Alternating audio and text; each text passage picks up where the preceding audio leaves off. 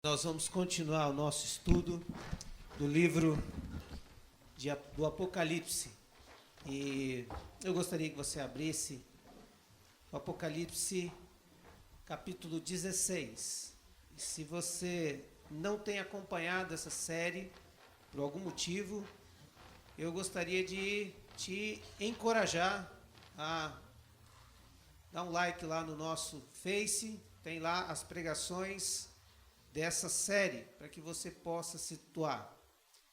Esse livro é o mais complexo da Bíblia, porque ele é um livro que simboliza muita coisa. Dificilmente, ou quase nada desse livro é literal, a não ser Jesus Cristo. O resto tem um simbolismo por trás dele. E nós, com medo de não querer saber a verdade, nós fugimos dele.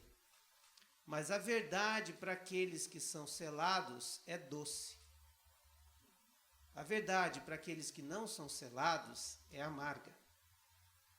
E não existe um agridoce. Só na culinária, né, Zay? Por isso, é tão difícil para nós, nesse tempo pós-moderno, onde tudo é relativo, ler esse livro e comê-lo, e digeri-lo, e fazer com que ele seja uma proteína para nós. Porque nós não queremos aceitar que há uma verdade central e absoluta chamada Jesus Cristo. A humanidade não está preparada e nem quer se preparar para uma verdade única. Nós queremos verdades que nos abasteçam, que nos alimentem, que nos interessem e que colaborem com o nosso desejo de ser Deus e não ser homem. Por isso, Apocalipse 16 é a última parte do livro, começando no capítulo 16, onde Deus vai derramar o seu juízo sobre uma humanidade que não quis se render aos seus pés. E é por isso que é tão difícil aceitar, entender ou até mesmo experimentar essa justiça. Que Deus nos dê sabedoria e discernimento para poder sair daqui nos alegrando com a justiça que vamos ler desse texto. A palavra de Deus diz: então ouvi uma forte voz que vinha do santuário e dizia aos 7 anjos: vão derramar sobre a terra 7 taças da ira de Deus. O primeiro anjo foi e derramou sua taça pela terra, e abriram-se feridas malignas e dolorosas naqueles que tinham a marca da besta e adoravam a sua imagem. O segundo anjo derramou a sua taça no mar, e este se transformou em sangue, como de um morto, e morreu toda a criatura que vivia no mar.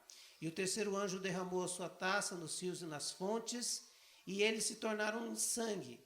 Então ouvi o anjo que tem autoridade sobre as águas dizer: tu és justo, tu és o santo que és e que eras, porque julgaste estas coisas. Pois eles derramaram o sangue dos teus santos e dos teus profetas, e tu lhes deste sangue para beber, como eles merecem.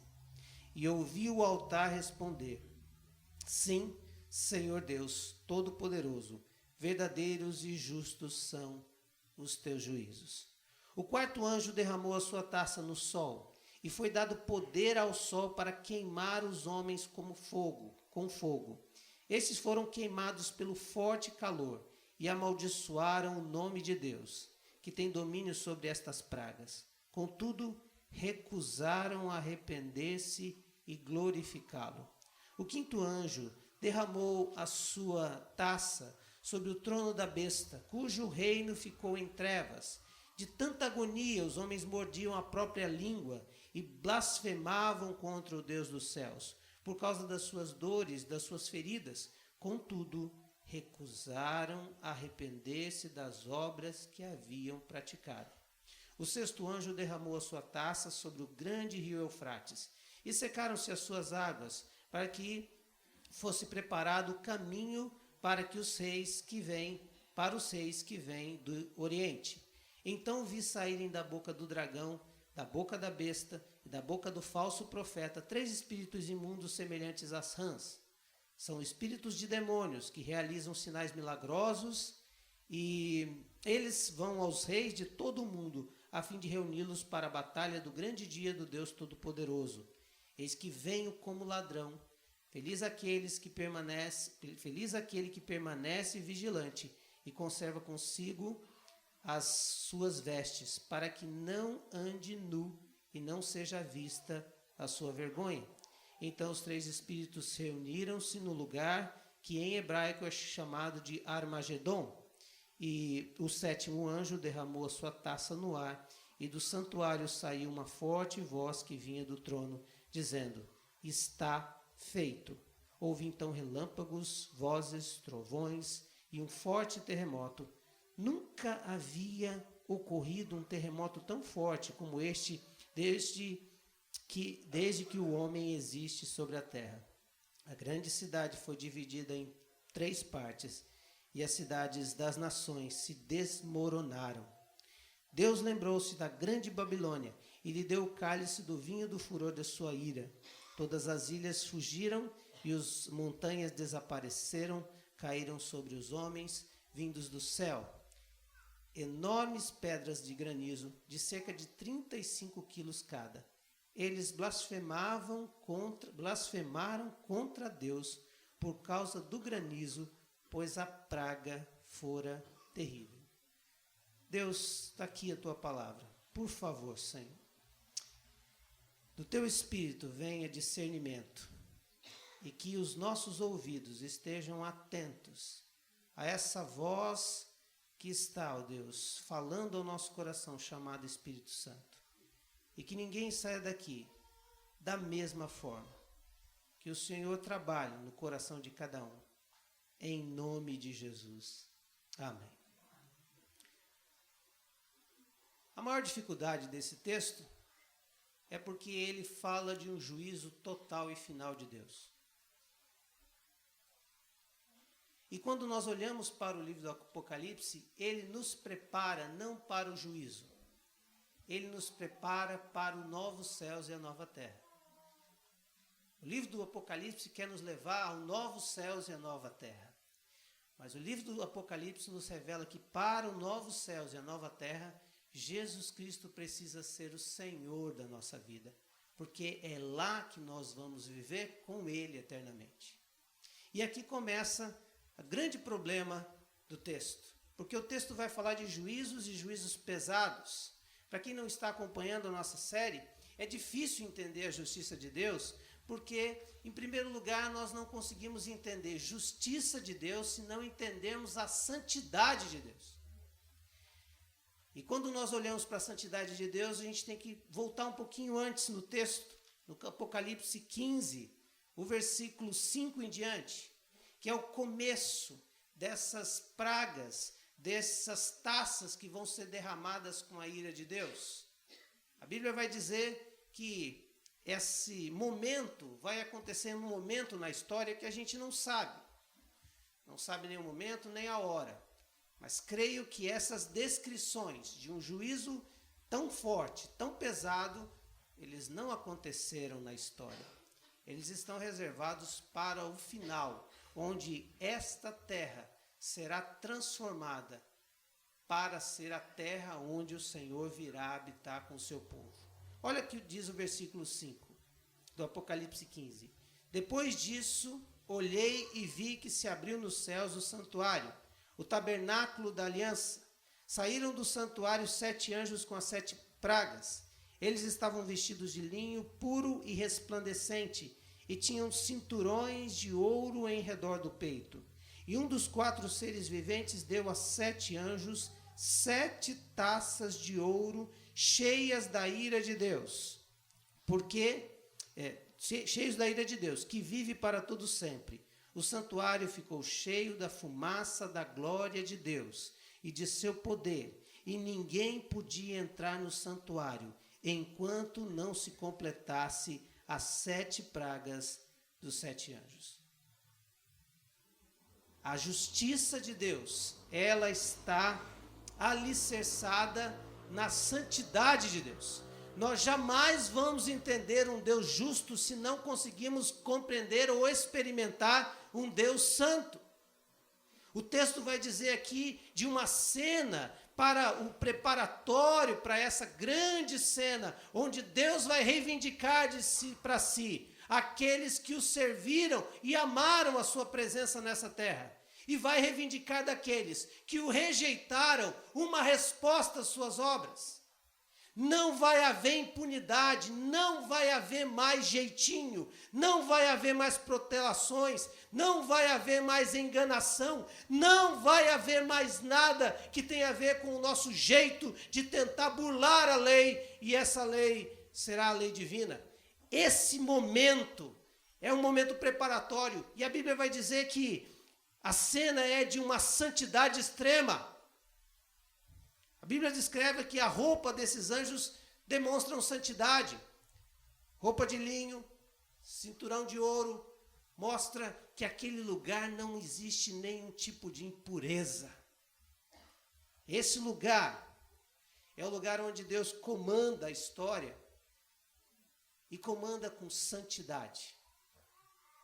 O santuário revela a glória de Deus. E a gente não consegue compreender isso, porque está acima da nossa compreensão, por dois motivos. Porque somos limitados e também porque a nossa consciência ainda está cheia do pecado que nos ronda e nos cerca. A palavra de Deus vai dizer aqui que há uma fumaça naquele lugar, onde as pessoas não conseguiam ver direito, né? Ou os anjos talvez não poderiam ver direito nem a presença de Deus, mas eles sabiam da intensidade da presença de Deus. Alguns dos nossos queridos chamam isso de Shekinah, que é a presença de Deus, algo tão irresistível, tão grande, tão majestoso, que naquele momento a gente sente a grandiosidade de Deus, mas também sente a pequenez que nós somos. E não nos sentimos diminuídos, e não nos sentimos menos, e não nos sentimos desvalorizados. Sentimos quem nós somos e quem Deus é, e sentimos que podemos ser abraçados por Ele. A presença dEle, essa presença majestosa, é nessa experiência marcante que desenvolve aqui a santidade de Deus, para que Ele possa dizer que eu sou justo, mas eu também sou santo, e por causa da minha santidade, eu exijo algo mais. A palavra vai dizer de algo parecido com essa experiência dessa cena de Apocalipse 15, quando a gente olha para Isaías. A palavra de Deus vai dizer que Isaías era um grande profeta, um homem de Deus. Mas há uma cena interessante em Isaías 5. Isaías 5, esse profeta sai profetizando e falando dos pecados do povo. E a Bíblia vai dizendo que ele sai distribuindo os ais, os famosos ais de Isaías. Ele vai dizer: ai de vocês que têm uma balança injusta, ai de vocês que enganam o povo lá no Senado, ai de vocês que enganam o povo lá na Câmara dos Deputados, ai de você que vive uma vida dupla, ai de você que está fazendo alguma coisa errada, ilícita, ai de você que rejeita o próprio Deus. Um ai para todas as outras pessoas. E de repente ele sai dali achando que cumpriu o seu propósito, que fez a justiça de Deus. E no capítulo 6, ele é encontrado numa cena onde ele tem a visão de ver o Senhor assentado num alto e sublime trono. E quando ele vê o manto, a glória de Deus, com a roupa de Deus, ele se assusta. E ele se assusta exatamente porque ali ele tem a real presença de Deus. É uma experiência marcante, intransferível. Ninguém quer transferir isso, todo mundo quer viver isso. Mas às vezes a gente não percebe e não busca isso. E ele olha e tem essa percepção da presença de Deus. E quando ele tem essa percepção da presença de Deus, o primeiro sentimento dele é dizer: ai de mim. Antes, eu me equiparava aos outros, dizia: fulano é mais pecador que eu, fulano é mais pecador que eu não faço o que o fulano faz, ai do fulano, porque eu nunca roubei ninguém, Ai do fulano, porque nunca adulterei com ninguém. Ai do fulano, porque eu nunca fiz isso. Mas quando ele tem um contato com Deus, a experiência que ele tem com Deus, ele diz, ai de mim, que sou um homem pecador. Eu habito no meio de um povo de impuros lábios, mas os meus olhos viram Deus. Viram a Deus, viram o Rei. E eu tenho essa experiência da santidade dele. Por isso, eu tenho uma sensação da justiça dele. Jamais vamos entender que Deus é um Deus justo e que pode vindicar, sim, justiça e que pode mandar sobre a terra os seus juízos, porque Ele é santo. E detém esse poder. Mas engana-se aqueles que acham que Deus faz isso com alegria. Enganam-se aqueles que acham que Deus faz isso de maneira déspota. Enganam-se aqueles que acham que Deus pega e ri sarcasticamente quando Ele manda os seus juízos. Porque nós temos dificuldade de entender isso. Porque nós achamos que Deus só pode ser uma coisa ou outra. Deus só pode ser amoroso ou Deus só pode ser justo. Nós só achamos que Ele não pode ser justo e amoroso. Nós não conseguimos entender isso. Isso deve, talvez, até um próprio conceito que a sociedade vai construindo, que a cultura pós-moderna vai construindo. É claro que você e eu, aqueles que estão mais tempo em vida de igreja e que talvez já frequentaram e levaram a sério a vida cristã, até mesmo numa estrutura, por exemplo, da Igreja Católica, você sabe que era muito levada a sério a questão do Deus justo. E eu me lembro que a gente ficava com medo de qualquer coisa que acontecia. Quando trovejava, a gente achava que Deus estava bravo com a gente. Não sei se você passava por essa experiência, mas eu morria de medo do tempo de chuva. Por quê? Porque alguém me disse que quando trovejava, porque Deus estava irado com a gente. Então você imagina dias de chuva, o que uma criança pensava? Vai acabar o mundo. Mas também eu passei um tempo da minha vida onde a gente falava muito desse Deus amoroso, do pai, do paizinho querido. E todas essas coisas são muito boas. Eu entendo que Deus é esse Deus amoroso e eu me esbaldei nessa teologia da graça porque eu acho ela maravilhosa. Mas eu não posso esquecer que esse Deus é um Deus justo. Primeiro problema é desassociar essa ideia que Ele é rei. Se Ele é rei, Ele é mau. Não. Então Ele é pai. Se Ele é pai, Ele é bom. Ele não pode ser rei e não pode ser pai. Ele não pode ser justo e não pode ser amoroso. Não. Deus é um Deus que é amoroso, mas que é justo. Uma segunda coisa que eu percebo é que a gente trata Deus com muito sentimento e pouca razão teológica. Nós colocamos para Ele toda aquela coisa, aquela carga de que jamais Ele poderia fazer mal a alguém. Papai jamais faria mal ao seu filhinho. Como pode um Deus amoroso mandar alguém para o inferno? Primeira grande falha nesse argumento. Ninguém é mandado por Deus para o inferno. As obras que fazemos, as decisões que tomamos, até a rejeição de Cristo que fazemos, nos conduzem àquele lugar.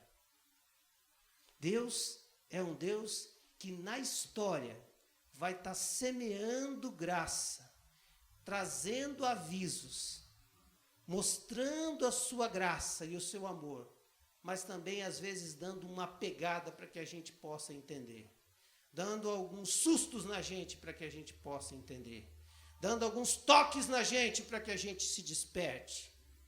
E é isso que a gente olha lá no texto de Apocalipse. Começa lá em cima com os avisos dados por Deus com a abertura dos selos em Apocalipse 5, onde acontecem cenas cenas difíceis, morte, destruição, e tudo isso revela juízo de Deus. E ele vai acontecendo perto da gente, e a gente vai se despertando. Toda situação difícil, ruim, serve para eu dizer, opa, eu preciso me despertar, o mundo está sem Deus, eu preciso de uma mudança. Depois aparecem as trombetas no Apocalipse. E as trombetas novamente têm um símbolo de aviso, mas são avisos parciais da justiça de Deus. Se você ler o texto, vai perceber que Deus manda o seu juízo, mas é parcial. 1/3 das coisas foram destruídas, mas nem todas. Para simbolizar que Deus ainda estava dizendo, eu estou mandando avisos. Eu estou dizendo para vocês, mudem. Eu estou dizendo para vocês, se arrependam. Amor de Deus na humanidade.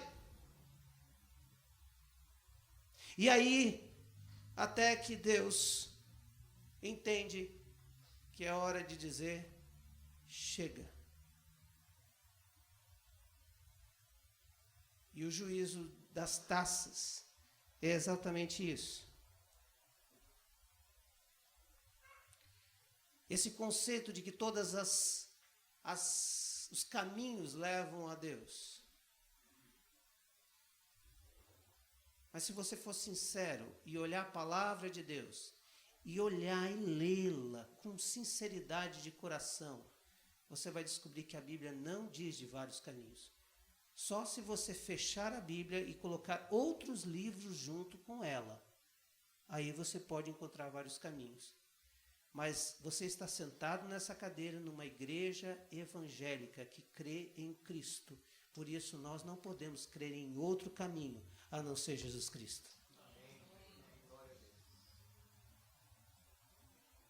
E sendo muito sincero, me dói no coração dizer isso, porque o juízo de Deus não é algo prazeroso de se pregar, mas é necessário se dizer. Você pode ser muito bem intencionado na sua busca da sua espiritualidade e até muito bem intencionado na sua busca a respeito do céu. Mas se você quiser ir a São Paulo, se você não pegar a 101 no sentido à esquerda, você nunca vai chegar em São Paulo. Se você pegar a 101 e virar à direita, bem intencionado, você vai chegar em Porto Alegre. Porque existe um caminho para chegar a São Paulo. E visualmente, espiritualmente, nós vemos muitas pessoas bem intencionadas, querendo encontrar um caminho de Deus. Mas o pecado que está nesse contexto é fechar a Bíblia e dizer, eu não acredito que ela seja a palavra de Deus. E quando você fecha a Bíblia e nega a palavra de Deus, você nega o Cristo que ela revela. E ali está o teu pecado. E ali está a tua justiça. E ali está a sua rejeição. Por isso é tão difícil aceitar a justiça de Deus. Por isso é tão difícil entender os juízos do Apocalipse.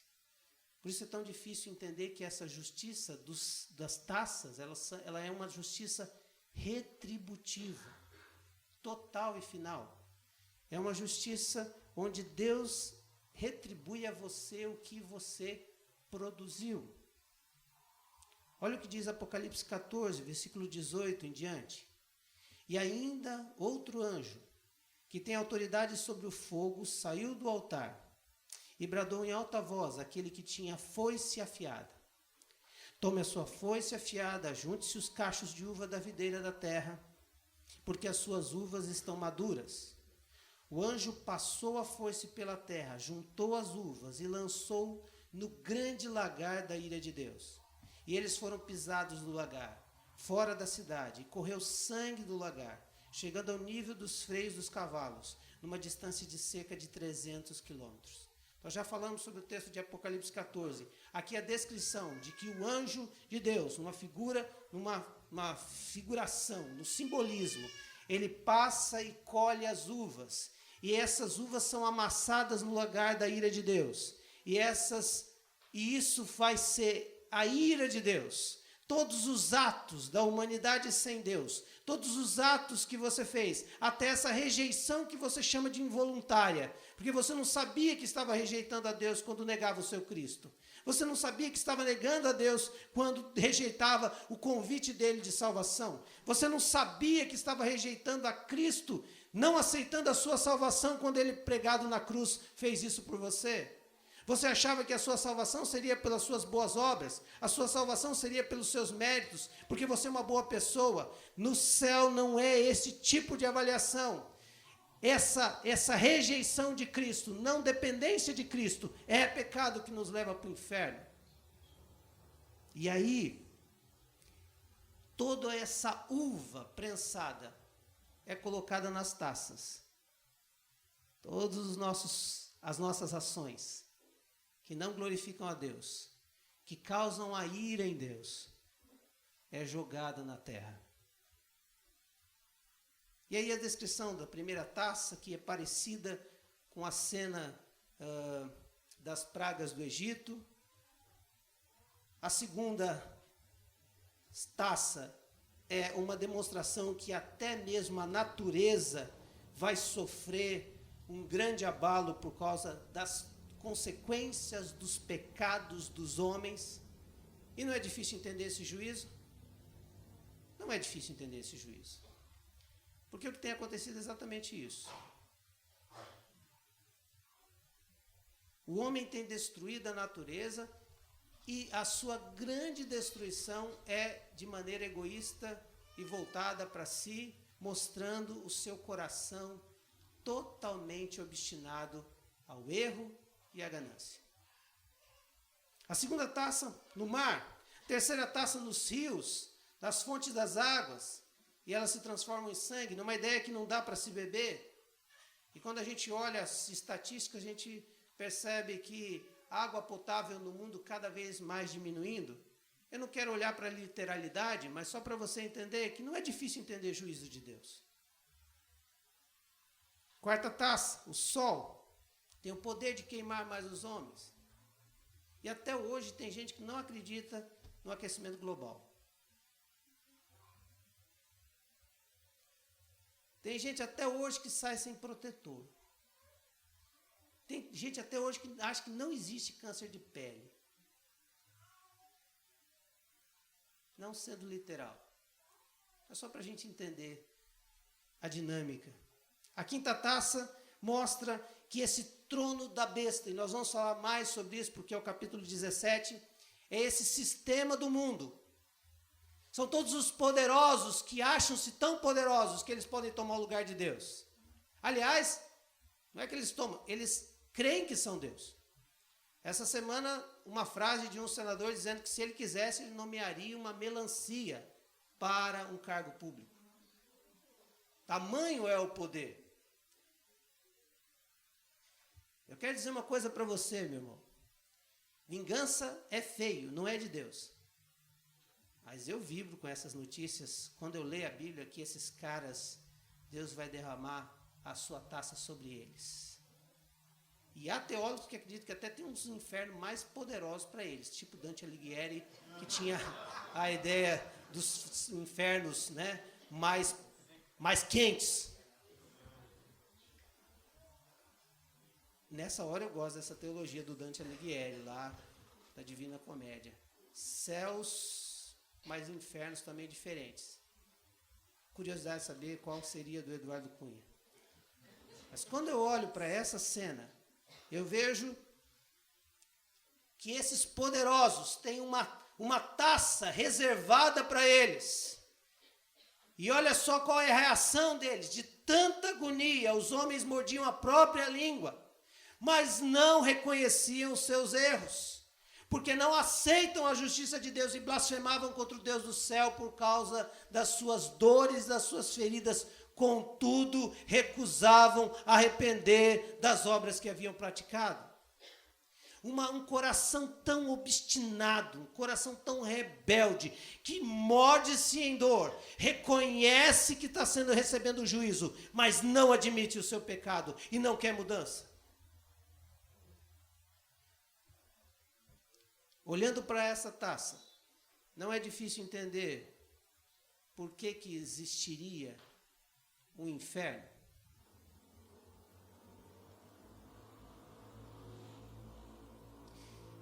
E que no inferno não terá pessoas arrependidas. No inferno ninguém vai chegar lá e falar assim: ih, errei, gente, errei a entrada. Puxa vida, eu não queria vir para cá. Desculpa aí, eu queria ir para o céu, mas peguei a estrada errada. Não. No inferno estarão aqueles que saberão que foram para lá, entendendo que foram para lá, mas estarão lá blasfemando contra Deus, porque naquele lugar é o lugar daqueles que não reconhecem nunca que são criaturas e que existe um Criador. E a sexta taça é uma taça que tem 2 elementos interessantes nela. Primeiro, essa taça, essa ira de Deus jogada ali. E fala de espíritos imundos. Aqui são as três figuras das 2 bestas do Apocalipse e também do próprio dragão. Esses espíritos malignos estarão influenciando os homens e os poderosos dessa terra para se rebelarem contra Deus. E essa rebelião, queridos, não tem a ver com essa coisa de um imperador que levanta e diz: não creio em Deus. Não é nada disso. É todo o sistema que vai dizer assim: você não precisa de Deus para ser feliz. Eu dou felicidade para você. Você não precisa de Deus para se manter. O meu sistema socioeducativo faz de você um cidadão perfeito. Esse sonho do homem que não precisa de Deus, porque ele se mantém muito bem, obrigado. E aí a gente olha para esses, que os espíritos imundos estarão ali, e essa obra maligna para fazer com que os homens não creiam, não queiram estar perto de Deus e travarem uma luta contra Deus. E aqui vem 2 coisas interessantes. O rio Eufrates diz que vai secar, e isso não tem a ver com a literalidade. Queridos, não se assuste se o rio Eufrates secar.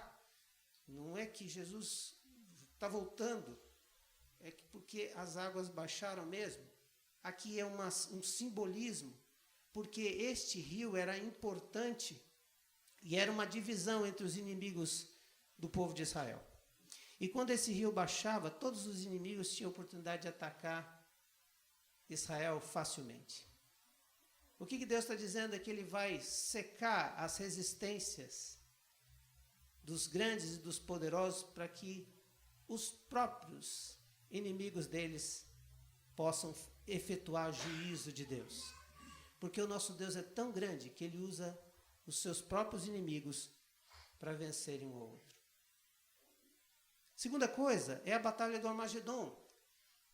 E que é uma grande viagem, muita coisa. Todo mundo acha que vai estar os homens com armas, dando tiro para cima para tentar acertar Deus e os anjos, né? Que viagem, isso é viagem de Spielberg, isso é coisa de cinema, queridos. Só no cinema o ser humano consegue matar um ser espiritual. Só no cinema. Aí eles arrumam bala de prata, inventam alguma coisa, um gás tóxico que mata só os espíritos. Os caras são fera, é por isso que eles estão na TV. Mas a Bíblia não diz nada disso, a Bíblia só vai descrever que essa ideia aqui é porque Armagedon vem de Magedon, que vem de Megido. Megido era um lugar no antigo Oriente Médio onde todas as batalhas, as maiores batalhas aconteciam ali. Se a gente dá uma olhada, Baraque e Débora derrotaram Císera no Megido. Azarias morreu ferido com a flecha de Jeú, lá em Megido. O rei Josias foi morto naquela batalha contra o faraó Neco, em Megido. Megido é uma planície que tinha esse cenário das mais sangrentas batalhas da história daquele tempo. E aí é natural que Jesus usasse essa figura de linguagem para dizer: este é um campo de batalha. E nesse campo de batalha, as forças do mal estarão guerreando contra Deus. O sério aqui é que estaremos diante de uma batalha que já se iniciou desde a vinda de Cristo e que vai se intensificando até a sua volta. A máxima do cristianismo é que Cristo morreu, ressuscitou e ele voltará. A máxima do evangelho de Cristo é que Cristo voltará. E a nossa ardente expectativa é que quando ele voltar, a justiça dele seja impetrada em toda a terra. Mas essa justiça não acontecerá de uma coisa tranquila, porque nós entraremos em batalha declarada com todas as hostes do mal. Hoje nós já lutamos contra todas as hostes. Nós lutamos. Hoje nós lutamos contra o pecado do sistema. Nós lutamos contra a sedução do mundo. Nós lutamos contra as falhas, os erros. Nós lutamos contra os nossos desejos pecaminosos. Nós lutamos contra um monte de coisa. E não adianta querer alguma coisa de sossego, queridos, porque soldado em campo de batalha não tem trégua. Nós estamos em batalha. E essa batalha vai se intensificando até aquele momento final. Momento que o nosso Senhor Jesus virá. E eu não sei se essa cena é literal ou se ela é simbólica. Mas nós saberemos da vitória dele. E nós sentiremos essa vitória. Por isso que o versículo 17 do capítulo 16 vai dizer: o sétimo anjo derramou a sua taça no ar. E do santuário saiu uma forte voz que vinha do trono dizendo: está feito.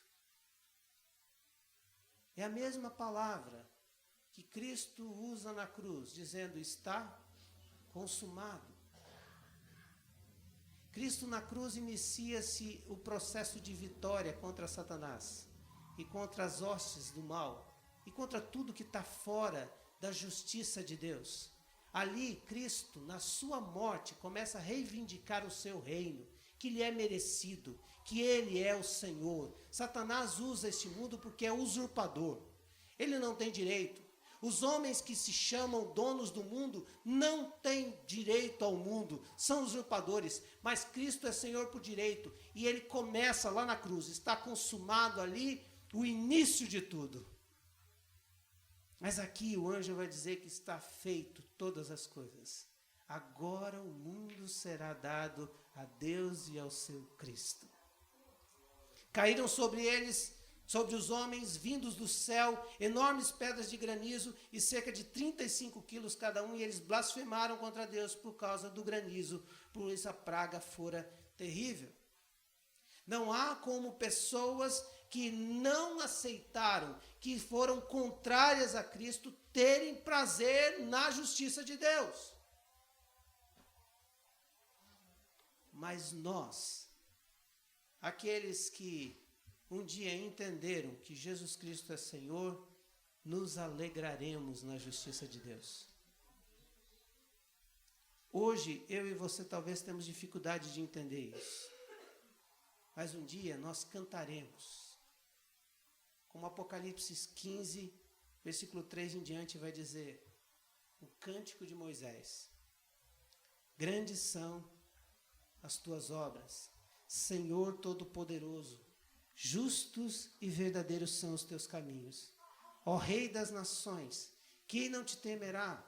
Quem não te glorificará o teu nome? Pois tu somente és santo, e todas as nações virão à tua presença e te adorarão, pois os teus atos de justiça se fizeram manifestos. A Bíblia vai dizer que haverá um momento onde todo joelho se dobrará. Alguns glorificando a Cristo porque já experimentaram a sua santidade e a sua justiça na cruz de Cristo. Mas outros se dobrarão reconhecendo que Ele é Deus e que elas eram criaturas. A nossa alegria não será em ver pessoas sofrendo castigo. A nossa alegria não será em ver que é tão pesado a justiça de Deus. A nossa alegria vai ser saber que um dia, em primeiro lugar, nós tivemos a consciência que precisávamos de Cristo para a salvação dos nossos pecados. Entendemos que a cruz é a justiça de Deus para nós. É a justiça substitutiva. Cristo me substituiu na cruz. Cristo te substituiu na cruz. Não houve nenhum mérito seu. Por mais que você fosse uma boa pessoa, no céu não existe boas pessoas. No céu existe pecadores perdoados. Lá no céu não existe pecadores que têm o mérito de estarem lá porque purgaram as suas vidas ao longo dos anos na eternidade. Não, lá no céu existem as pessoas que reconheceram a Jesus Cristo como seu Senhor. Mesmo que se achassem tão justas diante deste mundo. Mesmo que não tivessem nenhum pecado para se arrepender. Mas entenderam que o pecado que precisava se arrepender é o pecado de querer viver sem Jesus. É de não reconhecê-lo como o único que pode me fazer passar essa ponte. Porque nós teremos a plena consciência da santidade de Deus. Naquele dia nós nos alegraremos. Porque quando nós chegarmos diante do nosso Deus, nós veremos a sua glória. E a palavra de Deus diz que a primeira coisa que vai acontecer com aqueles que aceitaram a Cristo como Senhor e Salvador é que no momento que morrerem e houver essa ressurreição do corpo, para aquele grande dia final, nós seremos glorificados. E a palavra glorificado quer dizer o seguinte: nós receberemos a glória de Deus. A palavra de Deus vai descrever que essa glória nos faz parecidos com Deus. E é por isso que nós vamos naquele momento ter a consciência da glória de Deus, porque seremos como Ele. E o veremos face a face. Não mais como Moisés, que teve que esconder o seu rosto. Não como a história conta que jamais alguém pôde ver Deus na sua glória. Nós o veremos porque os nossos corpos não existe mais corruptibilidade, porque nos nossos ossos não existe mais doença, porque não temos mais nenhuma falha deste mundo, nenhum pecado mais, porque tudo acabou, porque fomos reconciliados com Ele. E aí nós veremos face a face, e aí nós compreenderemos o verdadeiro significado da justiça de Deus na cruz. 2 Coríntios 5, 21 vai dizer: Deus tornou pecado por nós, aquele que não tinha pecado, para que nele nos tornássemos justiça de Deus. Sabe por que nós vamos poder nos alegrar? É porque lá vai cair toda a venda do meu coração e toda a cauterização da minha mente. E eu vou saber o quanto eu sou pecador. E o quanto significou essa morte de Cristo na cruz por mim. E eu vou me alegrar porque fui justificado com Cristo. Não a justiça retributiva, porque eu mereci o inferno. Mas a justiça substitutiva, porque Ele se fez justiça no meu lugar e no seu lugar. Nós teremos a plena consciência das inúmeras oportunidades que foram dadas à humanidade por Deus. É por isso que eu não creio que lá no céu a gente vai ficar olhando e dizendo assim: puxa vida, fulano era meu amigo, está no inferno, Zé era um cara legal, mas olha só. Não, porque naquele momento todos nós estaremos conscientes, todos, inclusive os que estarão lá, conscientes, dizendo: Deus tinha razão. Mas eu não concordo com essa razão.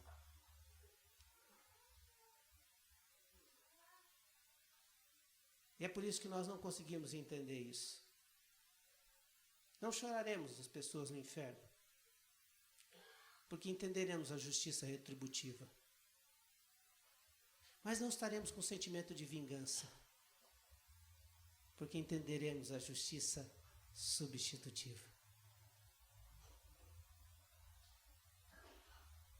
Aqueles que merecem receberão as taças. Aqueles que reconheceram a Cristo receberão a presença de Jesus. A conclusão é o que está no versículo 15, queridos. Eis que venho como ladrão. Feliz aquele que permanece vigilante e conserva consigo as suas vestes, para que não ande nu e não seja vista a sua vergonha. Eu sei que nesse momento tem muitos sentimentos envolvidos no seu coração e no meu. Mas eu queria dizer para você que eu, Jacques Cleo, mediante aquilo que creio, eu sei que mereço o inferno. Eu sei que não tem nada de bom em mim. Isso dói em mim dizer que eu mereço o inferno. Mas me traz uma consciência de que eu posso ter o céu por causa de Cristo. Mas me dói mais ainda é dizer que essas boas intenções, se elas não forem legitimadas, fundamentadas no amor e na entrega a Jesus Cristo, a realidade do inferno é realidade também para você. E eu tenho sido muito sincero com você, meu irmão, que está aqui na igreja, mas que nunca entendeu o quanto Cristo morreu por você. E que vive uma vida que não tem nada a ver com o Evangelho de Cristo. Eu queria dizer para você, cuidado, para que você esteja nu e não saiba. Por isso a minha oração nessa noite é que o Espírito Santo de Deus traga ao seu coração temor da presença de Deus. Porque se você não tem temor da presença de Deus, é um sinal de que você não é dele. Se o que eu estou falando para você não te incomodou, não fez com que você começasse a fazer um check-up, não trouxe uma tensão no seu coração, é bom você questionar. Talvez você esteja insensível à voz de Cristo, mas talvez você esteja obstinado à voz de Cristo. É diferente. Às vezes você está insensível porque você teve uma decepção com alguém da igreja, porque algum crente te passou a perna, porque você passou alguma situação difícil e falaram que é evangélico. Talvez você fale assim, os evangélicos acham que eles são tudo e que os outros não são nada. Talvez seja essas insensibilidades. Mas talvez seja aquela incomodação, aquele ódio, aquela raiva dessa mensagem. Eu queria orar por você. Porque isso mostra que o seu coração não admite que existe uma justiça de Deus. Que o seu coração não consegue admitir que existe os selados por Cristo e o Cordeiro, que é o Cordeiro, e os selados da besta, que não irão para o céu. Eu quero orar com você e quero orar por nós. Gostaria humildemente que você fechasse seus olhos.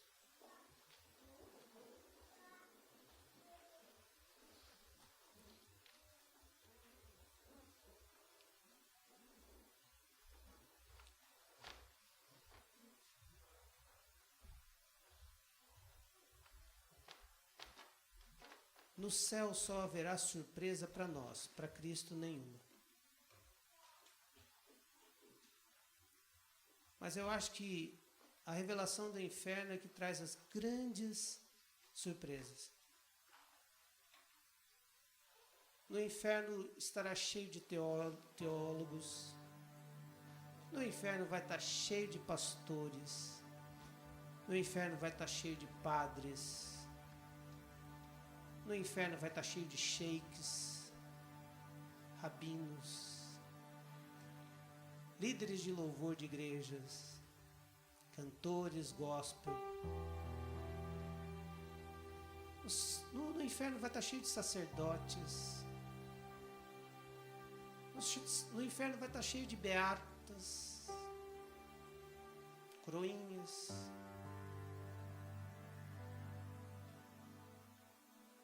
Porque esses títulos não representaram nada para essas pessoas. Eles nunca se curvaram a Jesus Cristo. O Deus deles sempre foram eles mesmos. E no céu vai estar cheio de gente. Os pecadores,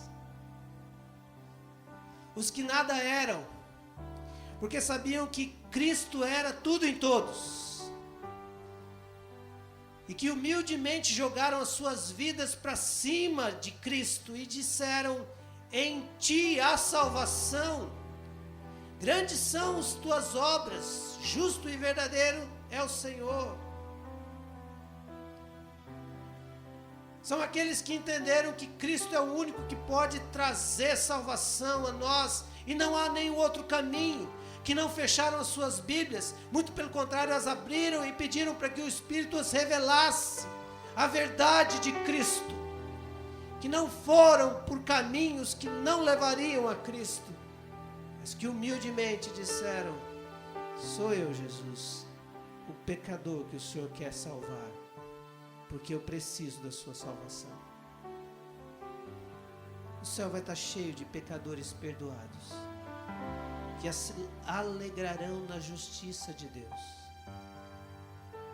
Tanto a justiça retributiva, que é consequência dos nossos pecados, quanto a justiça substitutiva, que foi o sacrifício de Cristo por mim e por você, que apagou a minha dívida diante de Deus e me fez santo como o Senhor quer que eu seja santo.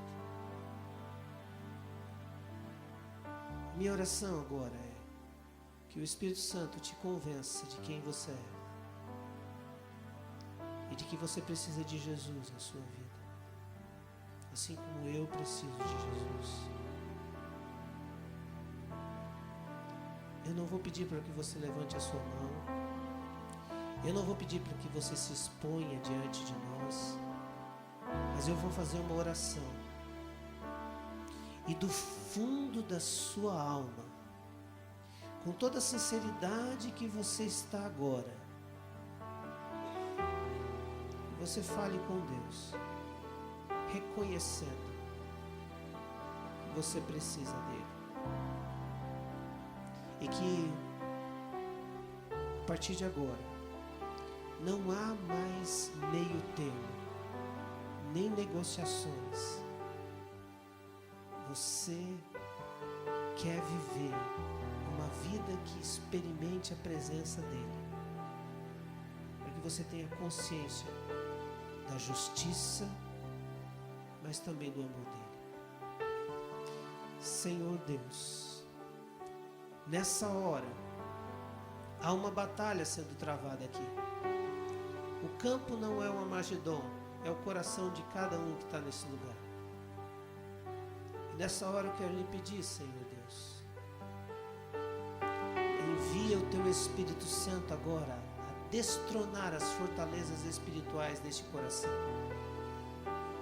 Que haja um quebrantamento e um reconhecimento de que não existe outra salvação a não ser em Jesus Cristo.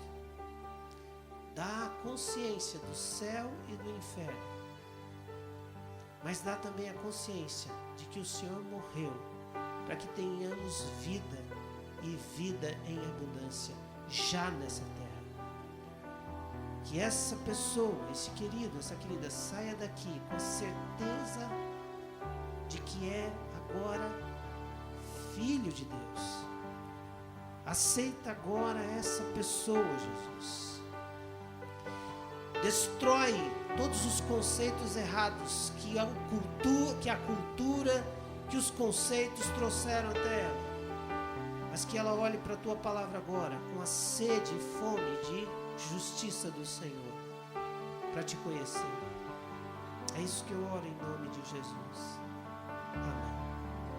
Eu quero também orar por você que frequenta uma igreja, que se considera religioso. Talvez você seja membro dessa igreja, muitos anos. Talvez você seja membro de uma outra igreja. Mas você nunca teve uma experiência pessoal com Jesus Cristo. Sua espiritualidade é cultural. Você vem à igreja, faz algumas orações, mas nunca você entendeu que é pecador e que o seu pecado foi cravado naquela cruz.